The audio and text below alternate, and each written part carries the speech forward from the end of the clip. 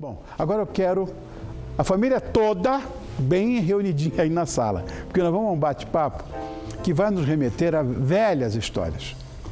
Esse casal, eu fiquei sabendo, finalista do Prêmio Jabuti, vocês são insuportáveis, olha, escreveu em parceria um livro que psicanaliza histórias infantis. Você já imaginou as fadas no divã? Já? Ele já. Então nós vamos recebê-los. Boa noite aos psicanalistas Diana Corso e Mário Corso. Obrigado por terem vindo. Obrigado, Diana. Obrigado, Mário. Obrigado, querida. Não levante. Obrigado, querido. Obrigado pelo carinhosa dedicatória que vocês deram nos livros que vocês me presentearam. Cheguei lá no camarim, estavam os livros de vocês. Muito obrigado. Bom, Mário e Diana, todos nós carregamos até hoje a princesa, né, dos contos infantis, ou o conto favorito da nossa infância. Todo mundo tem um. Agora, de onde vem essa inspiração para escrever fadas no divã? Quem fala? Olha, para mim foi o exercício da paternidade. Eu contava histórias para as minhas filhas e eu via a eficácia dessas histórias para elas e eu achava que eu tinha que falar isso para todo mundo, entende? Que trazer de volta os pais para o pé da cama para contarem histórias para os seus filhos, porque isso faz muito bem para elas. Tem um aspecto formativo de transmissão do que os... Aí, ó. Beleza. É capa. É capa. Enfim, tem um aspecto de transmitir aquilo que os pais, os valores que os pais nem sabem que estão dando para os seus filhos, né? E tem aquela troca antes de dormir que é maravilhosa, assim, e que é educativa para caramba. Vocês acreditam, de fato, que esses contos infantis ajudam a moldar, a criar uma personalidade na criança, você acha?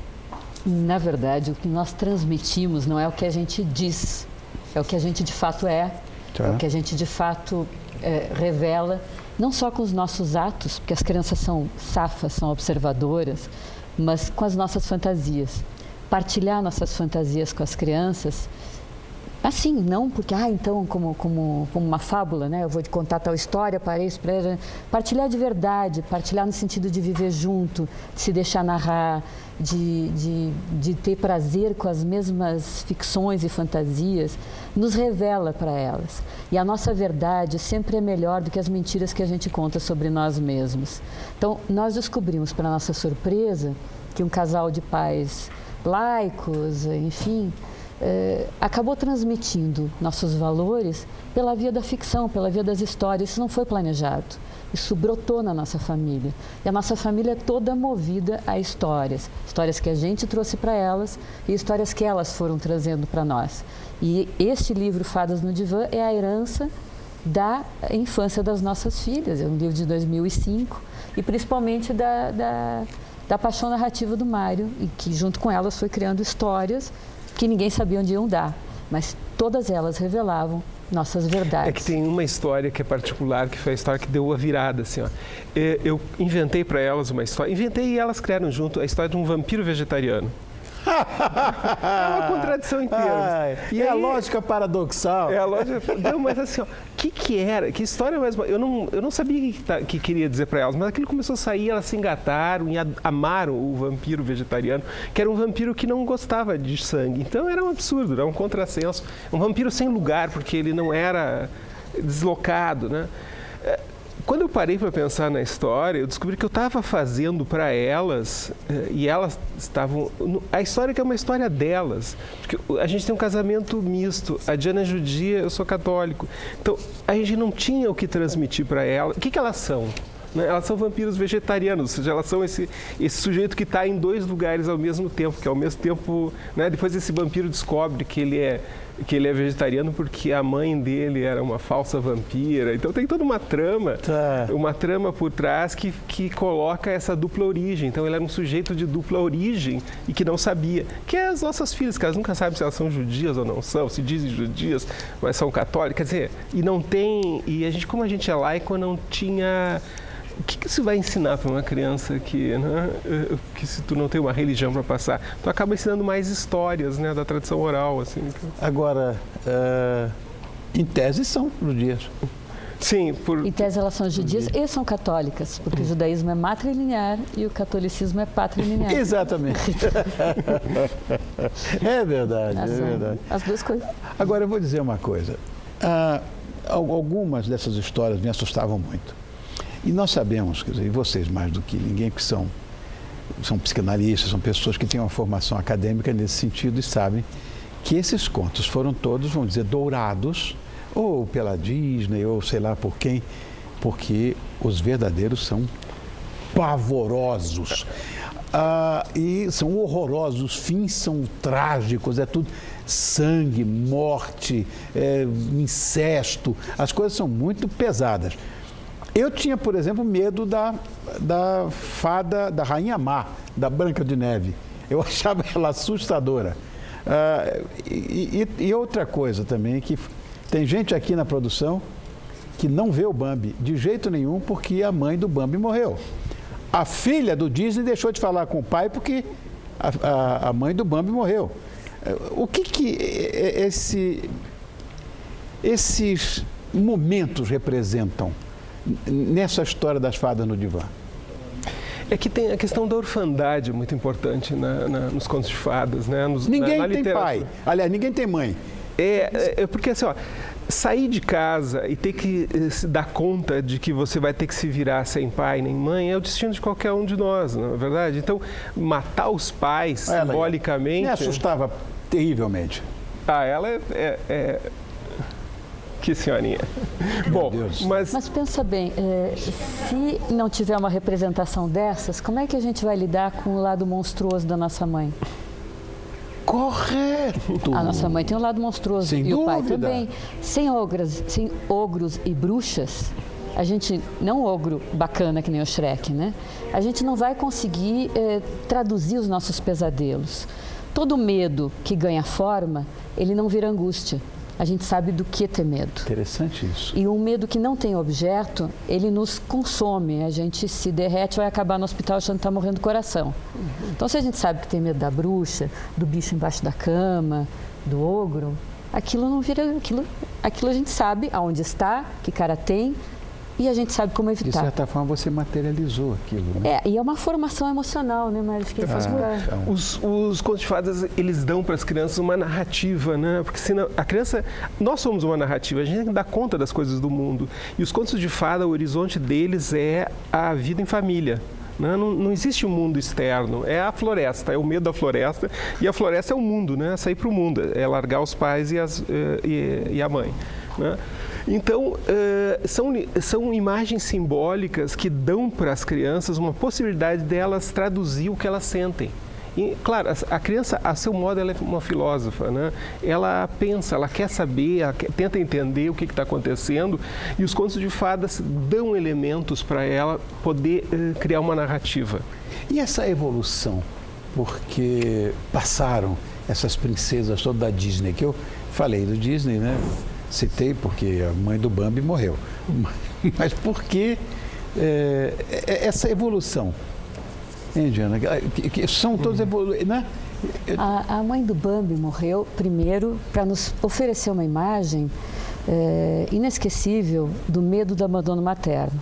Mas as mães, tradicionalmente, nos contos de fada, a mãe boa era morta, a mãe má era a madrasta e viva, e nós tínhamos uma figura, um trickster, uma figura, né, intermediária, que era a fada madrinha. A figura da mulher, da mãe, e da relação da mulher com sua mãe, e de todos nós com a mãe, estava dividida nessas três personagens. A mãe boa morta, a madrasta má e a fada madrinha.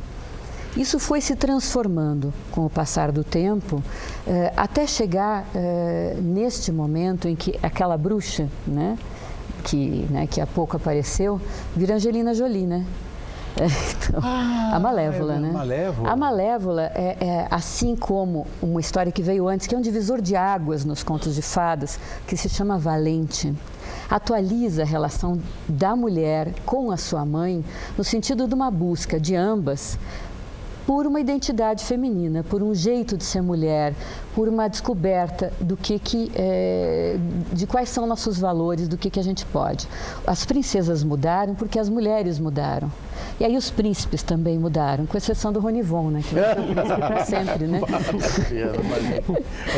Mas, enfim, a grande revolução do século XIX, com todas as que houve, foi a revolução de costumes. Do século XX, né, querida? Do século XX, é claro, desculpa. E dentro do século XX, dessa grande revolução de costumes, particularmente o advento da adolescência e do feminismo, mudaram o mundo de cabeça para baixo. Sem dúvida. E de forma irreversível. E isso só pode nos fazer querer princesas diferentes. Agora, independente só de princesas, tem um ogro aí, que você acabou de citar, que, o Shrek. O que ele representa para todo mundo amar aquele ogro?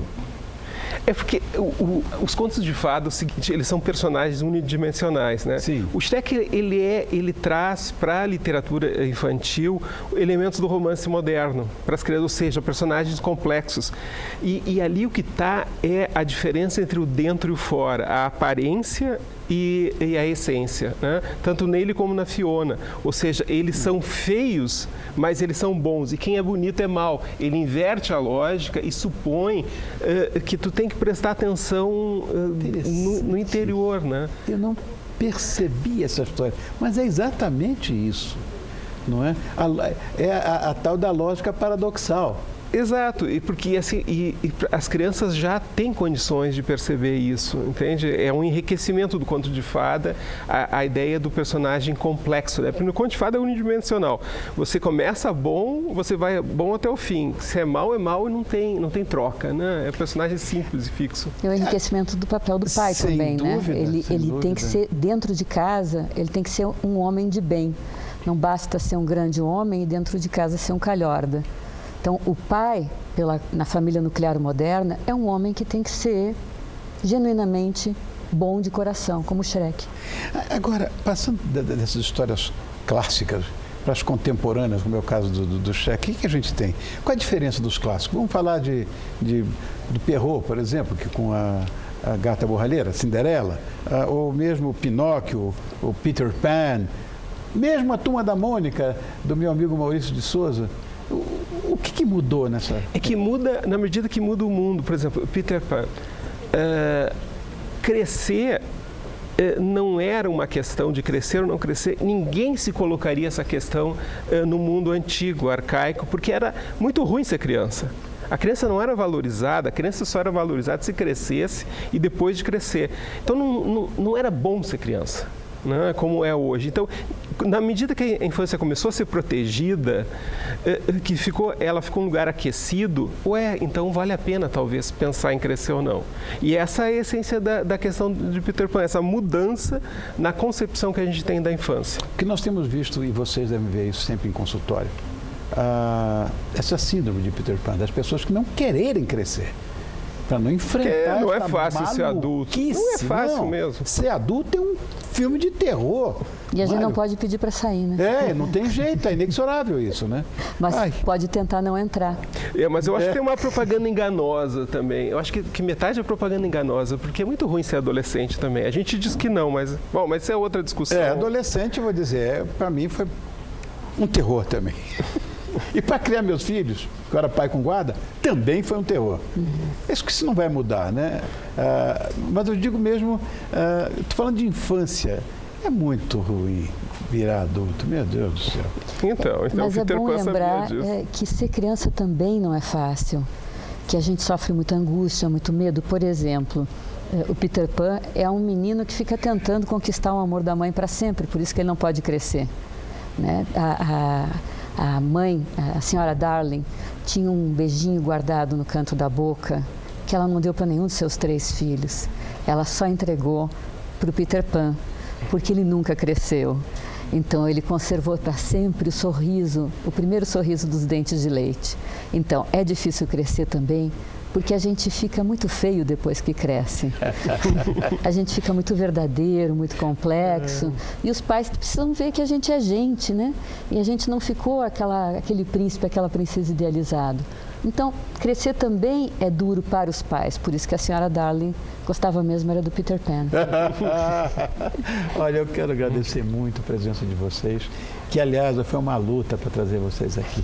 Que nós estamos pedindo, nossa produção está atrás de vocês já tem bastante tempo, não pode por isso, não pode por aquilo. E vocês estão em Porto Alegre, quer dizer, uma coisa mais complexa ainda, tão distante daqui de São Paulo, mas eu quero agradecer muito a presença de vocês, mostrar de novo a capa do livro, que isso deve ser interessantíssimo. Aí está, As Fadas no Divã, da autoria do casal Diana e Mário Corso. Que tem um subtexto, né? Psicanálise nas histórias infantis, não é? Bom, eu sempre achei que isso, de fato, as histórias infantis forjam as nossas personalidades quando crianças.